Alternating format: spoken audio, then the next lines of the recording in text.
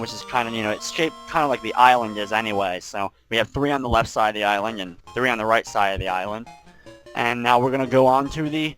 Well, actually, I'm going to go into this little bonus level first because it counts as an exit, but it doesn't really count towards anything else. There's no secret exit in it. There's no if you don't complete this level, you don't get penalized in terms of being able to beat the game. It just doesn't count. You just don't get that exit.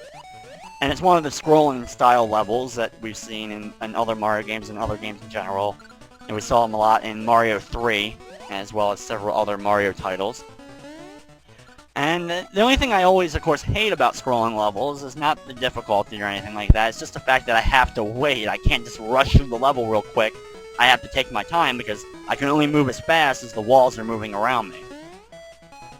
As I'm going to try to just jump over random Goombas and I can float over them, I'm really just going to try to protect my carrot at all costs. I will not lose it unless, I'm going to try not to lose it unless there actually is a couple of parts, I think, where I have to.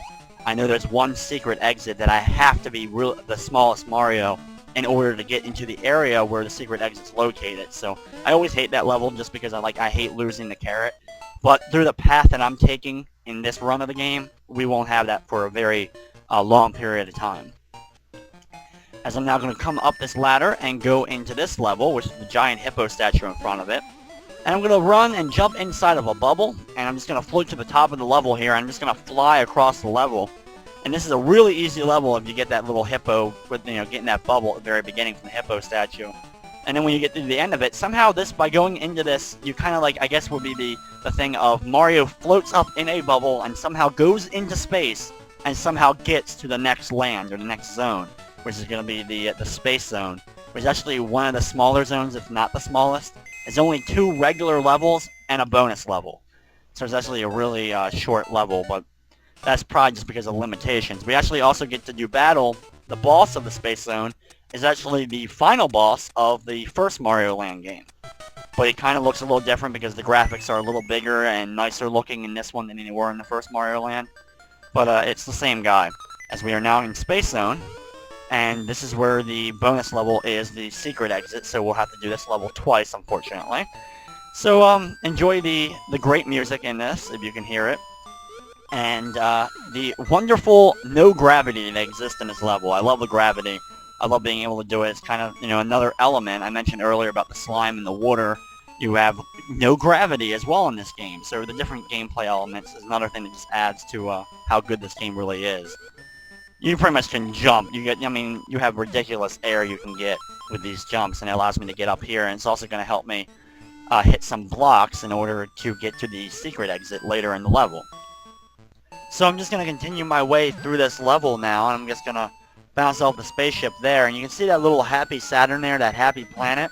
That's actually going to be my cue in order to start working my way upwards through these already hit blocks. And then when I get to the top of this area, you'll actually see another platform set up just to the right. There it is. And now I'm going to use these platforms in order to start working my way over to the right, collecting some extra coins, as well as work my way towards the extra exit, or the bonus level of the space zone, and I just screwed up my jump there. And now, of course, since I actually screwed up my jump, I now have to work my way back to the left and get back up to that platform right when I see the happy Saturn. And where is it? That's to be coming up. Dang. Okay, watch out for these spikes. I don't want to lose my carrot, even though it really doesn't help me much in this level, but still, I don't want to lose it nonetheless. And there's the happy Saturn. I can see it up in the upper left area. Okay, and now work my way back up these ledges to get up to the top here and get back onto that other platform area. Come on, work up. And there it is. And now I'm going to jump over to the right. See if I can get any of the extra coins that I missed during the first couple jumps, but I don't want to fall again. So I will just take my time as I just kind of backtrack there for a split second, just to make sure that I got the best jump I possibly could. Here's one of the harder ones, the singular platform. And here we go. Now we're on this longer platform coming up. There it is. Sorry, I actually had one more singular block before I get to the end. And there is the bonus exit as a star flies past me and lands smack dab in the forehead area of the moon. And now the moon has a big crack in it with a star. Kind of funny. And here we go with the bonus level for the space zone. with the same gravity as I just had in the past level. And this actually is one of the shorter extra levels. It's kind of like just a large hill of a bunch of these jumps on these little mountain areas. And then it starts retreating right back down the same slope that we just went upwards. And then when we get to the end, it's right there at the exit. And here we go. And that's the end of the Space Zone extra level. You can see it was actually one of the shortest levels probably in the entire game. As now, unfortunately, I have to go back to the first level and complete it to make sure that I get the original Intendant Gate at the end of this level. Work my way over, stop over spikes, watch out for the dogs that shoot cannonballs out of their mouth, a classic enemy that you would see on most moons in our solar system. Which it doesn't really matter. They're awesome looking, so as well as weird other alien-style creatures. It's like a spaceship with legs. Or one of the hamburger creatures from McDonald's. One or the other. As, making my way over, there's the halfway point, or the halfway bell, or whatever you want to call it. You know, you hit the bell in order to signify that you're halfway through the level, and then in case you accidentally die during the second half of the level, you'll start right back off at that midway point, similar to the gates, or, you know, like the little, whatever you would call them, limbo sticks from the Super Mario Land on the Super Nintendo. Basically the same premise goes along with them. And now here we go with Space Zone level 3 or level 2, second official level. And it's another one of the scrolling levels that has these angry stars that are extremely ticked off at Mario for whatever reason. They just really don't like Mario.